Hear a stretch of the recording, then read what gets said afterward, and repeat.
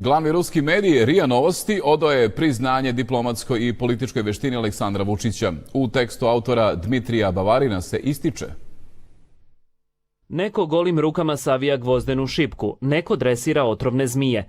Predsjednik Srbije Aleksandar Vučić sjedi na dvije stolice. Ako ćemo po savjesti, on bi trebalo da pretenduje na crni pojas u toj vrsti političkih borilačkih vještina. Ranije su ga zbog toga prekorijevali i na Zapadu i u Rusiji. Govorili su mu da treba da se opredijeli za koga je, za nas ili za njih. Jer koliko se dugo može sjediti na dvije stolice.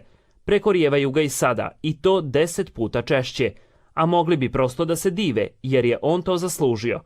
Mala siromašna zemlja sa svih strana okružena istorijskim neprijateljima i finansijski zavisna od Zapada, već više od godinu dana se suprotstavlja njegovim ultimativnim zahtjevima da uvede sankcije Rusiji i da čini druge gadosti.